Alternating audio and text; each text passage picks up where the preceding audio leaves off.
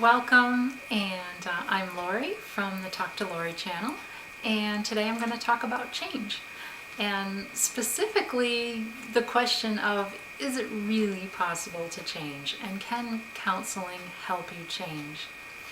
I have a lot of people who ask me, can you really change? Can you teach an old dog new tricks?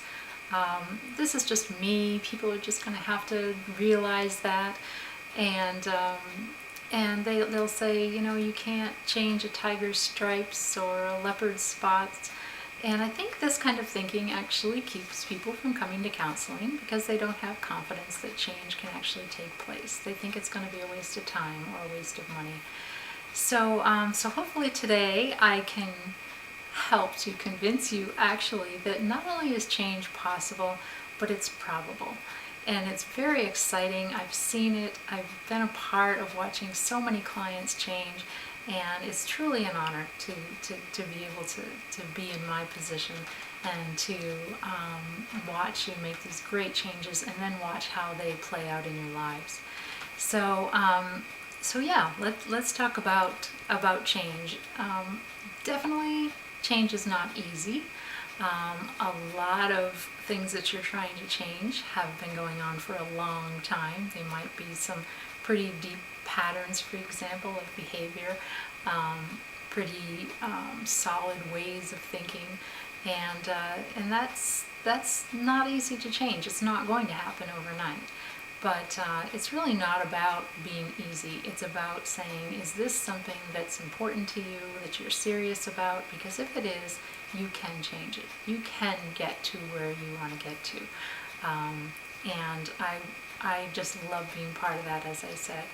So let's talk about the kinds of things that people come to counseling for. And I'm not going to get real specific here. I'm going to look at this in broad strokes. But let's just talk about what you'd want to change and what you wouldn't want to change or probably couldn't change. So the first thing that comes to mind is our essential nature. And what I mean by that, it's what we're born with. It's that clean slate before life writes on that slate, if you will.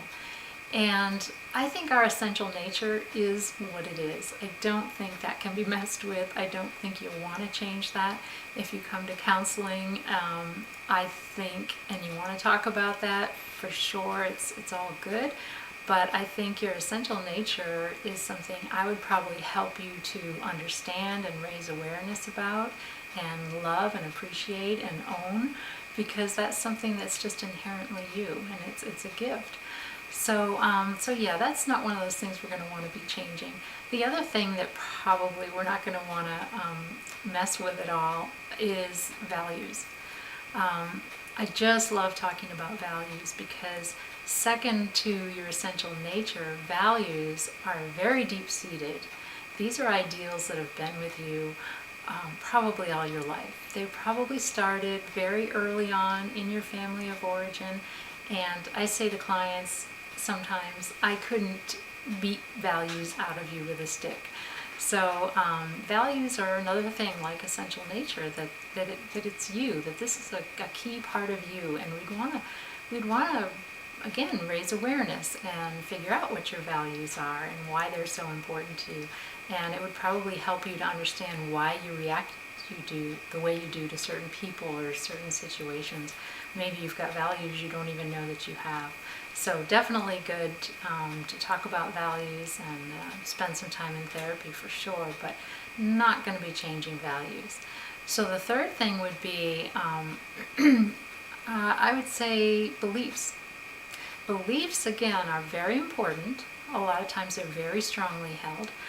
A lot of times they do come, again, from our family of origin. Beliefs such as if you believe in the death penalty, or if you do or don't believe in a woman's right to choose, or they could be something minor, like you believe that you should get all your chores done first and then play later.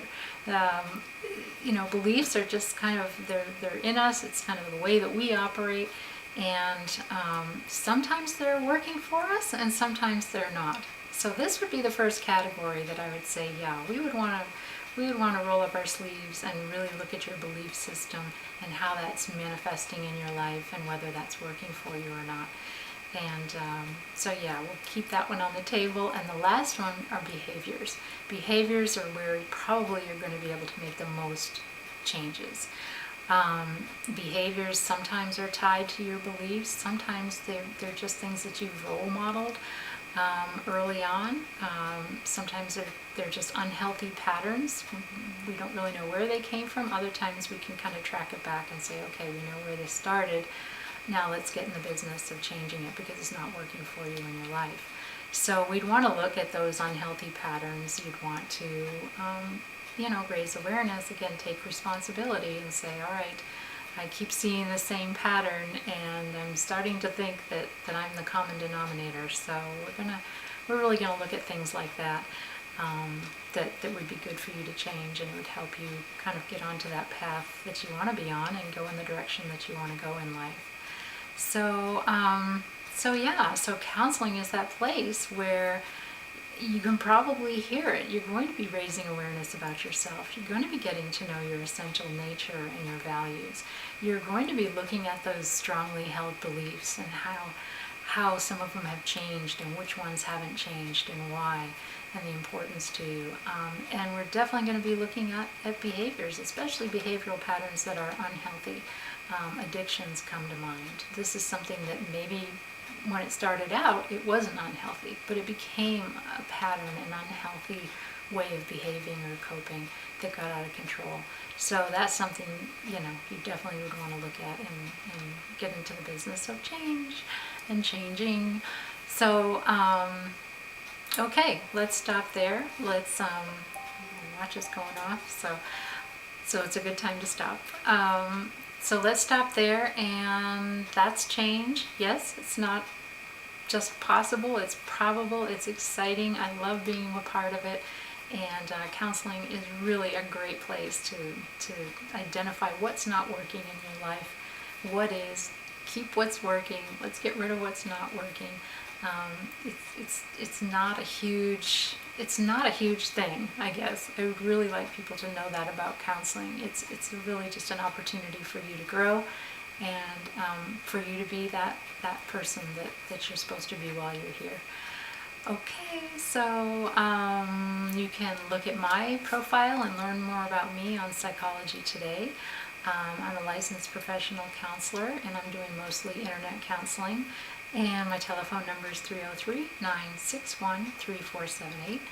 My email address is mcleancounseling@icloud.com. And I hope you keep tuning in, and I hope to keep putting more of these videos out there about counseling and coming to counseling. And I also hope to get more specific and really kind of get into some meat and potatoes of some tricks and tools that you can use, that you can take away from these videos and just start using right away, whether or not you go to counseling. Okay, thanks, and we'll see you soon. Bye.